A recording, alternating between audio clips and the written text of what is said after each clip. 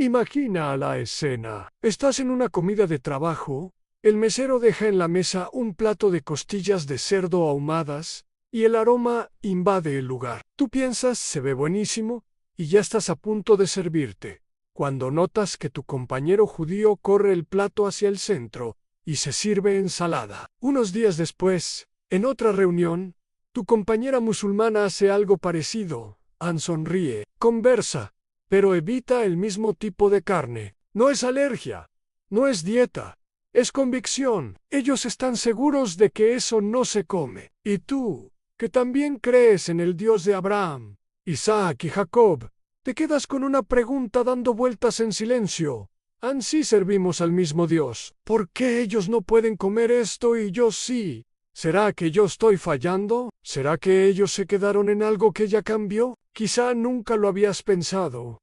O quizá esto te ha generado culpa más de una vez. Tal vez creciste escuchando que ya no estamos bajo la ley, sino bajo la gracia. Pero cuando lees el Antiguo Testamento, ves páginas y páginas de mandamientos sobre animales puros e impuros, sobre lo que se puede o no se puede llevar a la boca, y algo dentro de ti se confunde. Si Dios dijo no, ¿en qué momento se volvió sí? Otros, en cambio, usan este tema para atacar la fe. Los cristianos son inconsistentes, dicen. Ignoran las partes incómodas de la Biblia y solo se quedan con lo que les conviene. Y quizá, aunque no lo digas en voz alta, una parte de ti teme que tengan razón, porque tú mismo no sabrías explicar dónde está la diferencia. Este mensaje nace justo ahí, en esa mesa donde conviven el tocino, el respeto y la duda. No para burlarse de nadie, ni para declarar culpables, sino para entender una historia más grande que un simple menú. Porque detrás de un trozo de carne hay siglos de historia sagrada, de pactos, de identidades formadas alrededor de una palabra en santo. A lo largo de este video vamos a recorrer ese camino. Veremos por qué Dios le dijo a Israel no coman cerdo, por qué el Islam mantiene esa prohibición hasta hoy, y por qué los cristianos, leyendo la misma Biblia, llegaron a una conclusión distinta. No para decir, unos están bien y otros mal, sino para ver qué está haciendo Dios en cada etapa de la historia. Mientras avanzamos, te invito a algo más que pensar en quién tiene la razón. Pregúntate qué me revela esto sobre el corazón de Dios y sobre mi propia fe. Esta no es solo una conversación sobre comida, es una conversación sobre identidad, obediencia, gracia y libertad. Y antes de seguir, si te apasiona profundizar en temas bíblicos explicados con claridad, te invito a suscribirte al canal y activar la campanita. Así YouTube te avisará cada vez que publiquemos un nuevo mensaje, y podremos seguir creciendo juntos en el conocimiento de la palabra. En la siguiente parte iremos al principio de todo, al desierto, al Israel salido de Egipto, y a ese momento en que Dios les enseñó, incluso con la comida, lo que significa pertenecerle, con calma y claridad. Para entender por qué el cerdo fue prohibido, tenemos que viajar mentalmente al desierto. Israel acaba de salir de Egipto. No es una nación establecida, es un pueblo recién rescatado, con siglos de esclavitud a cuestas y la mentalidad deformada por los ídolos y costumbres egipcias. Y en medio de esa confusión, Dios hace algo sorprendente. Empieza a enseñarles a ser diferentes, incluso a través del plato. En Levítico 11 y Deuteronomio 14, Dios separa los animales entre puros e impuros. Algunos se podían comer, otros no. Entre los prohibidos aparece el cerdo, no porque fuese el animal más malo del planeta, sino porque Dios lo marcó como símbolo de algo en esto. Para ustedes, no. Cada vez que un israelita decía no a un alimento que otros pueblos comían sin problema, se estaba recordando a sí mismo que pertenecía a un Dios distinto. Imagina a una familia israelita sentada a comer, rodeada de naciones que ofrecían sacrificios a dioses falsos, que mezclaban lo sagrado y lo impuro sin filtro. En ese contexto, obedecer las leyes dietéticas era un acto diario de lealtad. Cada bocado Era casi una oración silenciosa: Señor, te creo a ti, confío en tu sabiduría, aunque no la entienda por completo. Además, estas leyes funcionaban como una cerca protectora, no solo en términos sanitarios, aunque seguramente también hubo beneficios de higiene, sino espirituales y culturales. Israel no debía diluirse entre las demás naciones. Su identidad no se construía solo en el templo, sino también en la cocina, en el mercado, en lo que podían o no podían comprar. Por eso, para un judío fiel, comer cerdo nunca fue solo comida, era romper una línea, desdibujar una frontera que Dios mismo había trazado.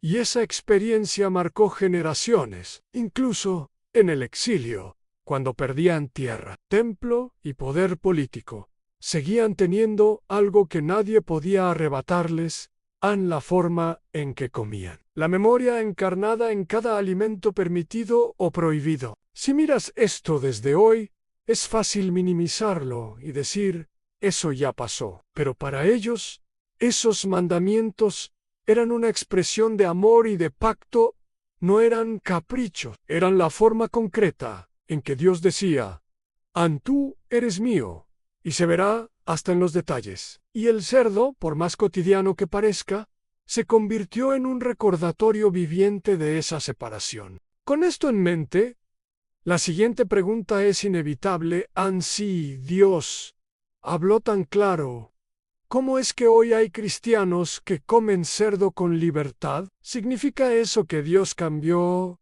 o que nosotros cambiamos de pacto? En la siguiente parte veremos cómo estas mismas ideas de pureza e identidad se reflejan también en otra gran fe, en el Islam, que hasta hoy mantiene el no al cerdo como un acto de obediencia y devoción. Siglos después de Moisés, aparece otra gran tradición de fe, que también mira a Abraham como padre y que, al hablar de comida, llega a conclusiones similares al antiguo Israel en el Islam. Para millones de musulmanes en el mundo, decir no al cerdo no es una manía cultural, es una forma muy concreta de honrar a Dios y vivir en pureza. En el Corán, la prohibición del cerdo se menciona de manera directa. Se le considera impuro, algo que un creyente debe evitar.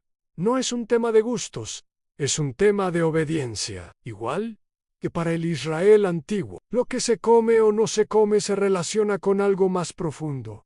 La sumisión a la voluntad de Dios, la mesa, de nuevo, se convierte en un altar pequeño. Piensa en un trabajador musulmán que entra a una comida de empresa donde hay jamón, tocino, embutidos. Al decir no, gracias, no solo está rechazando un platillo, está recordando quién es, a quién pertenece, qué historia espiritual lo sostiene. Es un acto sencillo en apariencia, pero cargado de significado. Algo parecido ocurre con el judío practicante de hoy. Aunque su contexto es distinto, la lógica es similar a la ley dietética. No es una reliquia curiosa, es parte de su pacto, de su identidad como pueblo separado. En ambos casos, hay una comprensión clara. Dios ha hablado respecto a esto, y yo respondo con obediencia. Como cristiano, es importante que mires esto con respeto. No se trata de pensar. Ellos están atrapados en reglas antiguas, y yo soy más libre. Si de verdad entendemos la historia bíblica, veremos que ese tipo de obediencia, aun en lo que parece pequeño, es expresión de una fe que toma a Dios en serio. Aunque nosotros, por el Evangelio, caminemos ahora por una ruta distinta, no podemos burlarnos del camino que otros recorren con sinceridad. Entonces, si judíos y musulmanes mantienen esa línea hasta hoy, la tensión vuelve a levantarse. ¿Por qué los cristianos no? ¿Estamos siendo menos reverentes? Somos los relajados de la historia, los que bajamos el estándar. La respuesta no está en un Dios que cambia de opinión, sino en un momento clave en la historia, la llegada de Jesús y el cumplimiento de la ley. En la siguiente parte, entraremos a ese punto de giro. Veremos cómo Jesús no borró las palabras de Levítico con un plumazo, sino que las llevó a su propósito más profundo, y cómo, Al hacerlo, cambió el énfasis de lo que entra por la boca a lo que sale del corazón. Ahí empieza a entenderse por qué.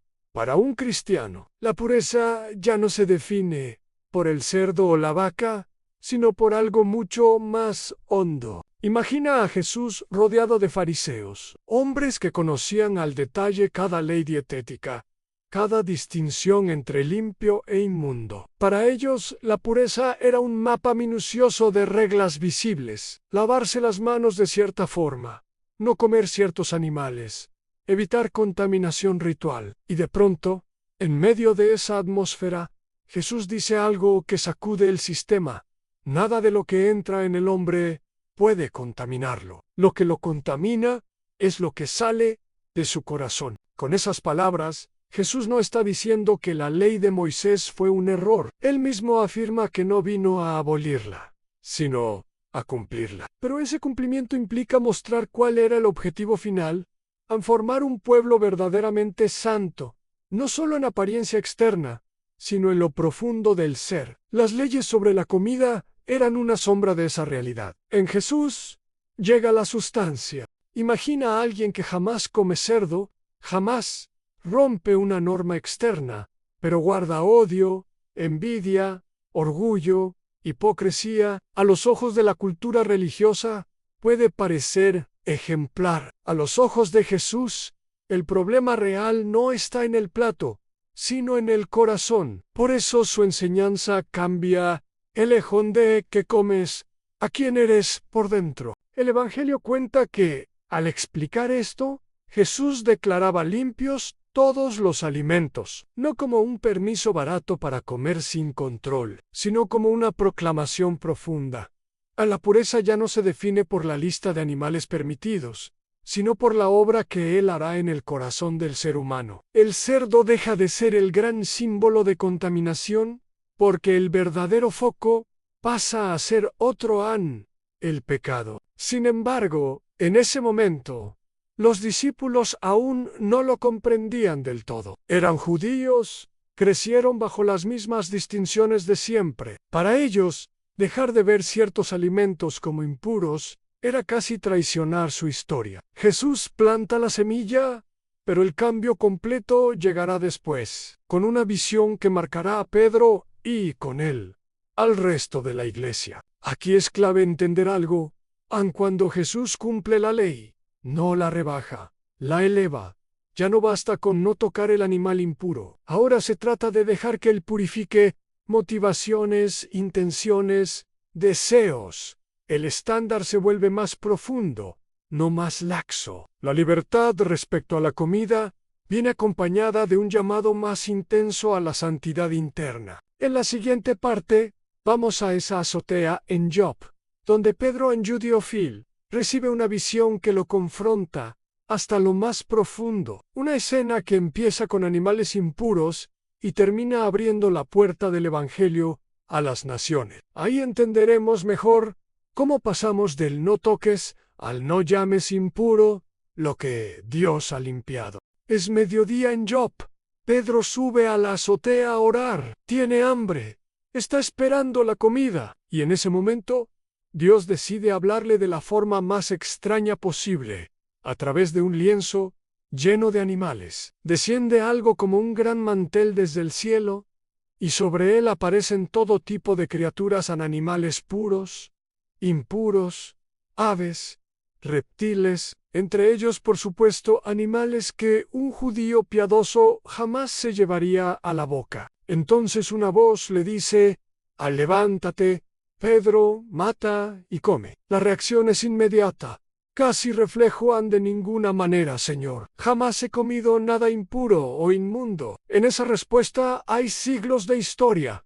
Generaciones enseñadas a decir no a lo que Dios declaró impuro. Y sin embargo, la voz insiste: a lo que Dios ha purificado, tú no lo llames impuro. La escena se repite 3 veces, como si Dios quisiera que no quedara duda. Pero Pedro sigue desconcertado. No entiende que lo que está en juego no es solo comida, sino personas. Minutos después llegan mensajeros de un hombre gentil, Cornelio, alguien que, según las categorías de la época, también era impuro. Dios le dice a Pedro que vaya sin dudar. En casa de Cornelio, todo encaja. Pedro comprende que la visión no era simplemente una nueva regla dietética, sino un cambio de paradigma en Dios. Estaba abriendo la puerta de la salvación más allá de Israel, incluyendo a aquellos que durante siglos habían sido vistos como de afuera, y usa el lenguaje de los alimentos para enseñar que ya no podía llamar impuro a quien Dios estaba limpiando por medio de Cristo. A partir de ahí, la Iglesia se enfrenta a un enorme desafío: cómo convivir entre judíos que aún guardan leyes dietéticas y gentiles que nunca las practicaron, cómo sentarse a la misma mesa, participar de la misma cena del Señor. Si uno ve el cerdo como impuro y el otro lo ve como algo normal, no es un detalle menor, es una prueba de unidad. Este conflicto no se resuelve con un da igual, coman lo que quieran. Se discute, se ora, se dice. En el Concilio de Jerusalén, se decide que los gentiles no están obligados a guardar toda la ley de Moisés, pero también se les anima a considerar la sensibilidad de sus hermanos judíos. La libertad cristiana nace, desde el inicio, pegada al amor y a la consideración mutua. En la próxima parte veremos cómo el apóstol Pablo recoge toda esta tensión y la convierte en principios prácticos. Hablaremos de conciencia, de libertad, de no juzgar al que come ni al que se abstiene, y empezaremos a ver con claridad la respuesta a la pregunta inicial: ¿no es cerdo sí o no? Es qué hacemos con el corazón cuando usamos nuestra libertad. Pablo, antiguo fariseo celoso de la ley, conoce como nadie el peso de los mandamientos del Antiguo Testamento. Sabe lo que es medir la espiritualidad por reglas externas, pero después de encontrarse con Cristo, su manera de mirar la ley, la comida y la pureza cambia radicalmente. En Sascartos, el tema aparece una y otra vez, no solo como teoría, sino como conflicto real en las iglesias. En Romanos 14, Pablo habla de creyentes que comen de todo y de otros que se abstienen por conciencia. Algunos quizás siguen evitando ciertos alimentos por respeto a la tradición judía. Otros, gentiles, comen sin problema. La solución de Pablo no es obligar a todos a pensar igual, sino recordarles que el reino de Dios no consiste en comida ni bebida, sino en justicia, paz y gozo en el Espíritu Santo. Para Pablo, la pregunta ya no es ¿está permitido o prohibido este alimento?, sino ¿cómo uso mi libertad para amar mejor? Si alguien come cerdo dando gracias a Dios, no peca por eso. Si otro se abstiene por convicción y también da gracias, tampoco peca. Lo que sí se vuelve grave es usar la comida para despreciar al otro, para medir su espiritualidad o para imponerle tu punto de vista. En 1 Corintios, el apóstol agrega otro matiz: la conciencia. Cada creyente está en un proceso. Hay quienes comprenden más plenamente la libertad que tenemos en Cristo. Otros todavía luchan con ciertas ideas o temores. La instrucción es clara: no uses tu libertad para tropezar a tu hermano. A veces amar significa renunciar voluntariamente a algo lícito por el bien del otro. Al mismo tiempo, Pablo es muy firme ante aquellos que quieren volver a poner la ley ceremonial como condición para agradar a Dios. En sus cartas advierte contra quienes mandan: no comas, no pruebes, no toques, como si eso asegurara la santidad. Para él, esa mentalidad vuelve a encadenar aquello que Cristo ya liberó. La pureza no se compra con dietas espirituales, sino con la sangre del Cordero. Así llegamos a un punto clave anteológicamente. El Nuevo Testamento no prohíbe a los cristianos comer cerdo. Al contrario, afirma que todo alimento creado por Dios es bueno si se recibe con acción de gracias. Pero esa libertad no es licencia para el egoísmo, es un espacio para ejercer amor, respeto, sensibilidad. En la última parte, vamos a tomar todo este recorrido: Israel, el Islam, Jesús, Pedro, Pablo, y lo llevaremos a la mesa de hoy, a tus comidas con amigos, a tus conversaciones con personas de otras fes, a tu propia conciencia, porque al final, lo que está en juego no es un menú, sino el tipo de discípulo que decides ser con la libertad que se te ha dado. Volvamos a la mesa del principio. El plato de cerdo está en medio. A tu lado, un amigo judío. Al otro, una compañera musulmana. Tú has entendido ya algo de la historia que hay detrás para ellos. Decir, no, no, is caprico, es obediencia y fidelidad a lo que creen que Dios ha pedido. Y tú, que ahora sabes por qué, puedes mirar esa decisión con respeto y no con burla. Al mismo tiempo, también comprendes por qué, como cristiano, no estás atado a esas mismas normas dietéticas. No porque Dios se volvió más flexible, sino porque en Jesús se cumplió aquello que la ley anunciaba. La pureza dejó de definirse por el animal en el plato y pasó a medirse por el corazón transformado por la gracia. El cerdo dejó de ser frontera espiritual. La cruz se volvió el verdadero punto de división. Entonces, ¿qué haces tú con esa libertad? Puedes usarla de forma arrogante, comiendo sin pensar y juzgando a los que se abstienen. O puedes usarla de forma madura, recibiendo con gratitud lo que comes, pero también cuidando de no herir conciencias, de no ridiculizar convicciones ajenas. La misma Biblia que te dice que eres libre, te dice también que no uses esa libertad para tropezar a otros. También hay una pregunta hacia adentro. Quizá tú no luchas con el tema del cerdo, pero sí con otros no, y sí que ves en la Escritura. Este recorrido te recuerda algo importante.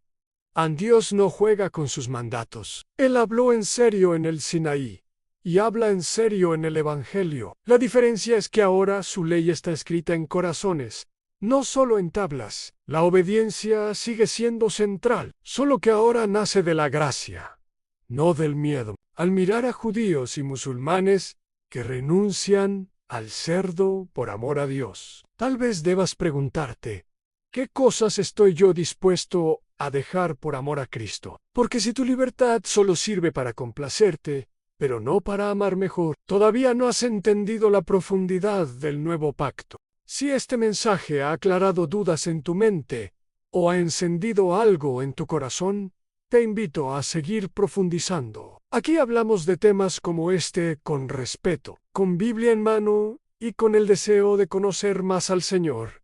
Así que, si aún no lo has hecho, suscríbete al canal y activa la campanita. De esa forma podrás seguir recibiendo contenidos que te ayuden a crecer en tu fe y a comprender mejor la palabra. Al final, la pregunta no es solo ¿por qué unos comen cerdo y otros no?, sino ¿conozco al Dios que invitó a todos a su mesa por medio de Jesús? Porque llegará un día en que no importará lo que había en nuestro plato, sino si nuestras vidas fueron una respuesta de gratitud a la gracia que se nos ofreció. Y ese banquete, el del reino, será servido no para quienes tuvieron la dieta perfecta, sino para quienes respondieron al llamado del anfitrión perfecto.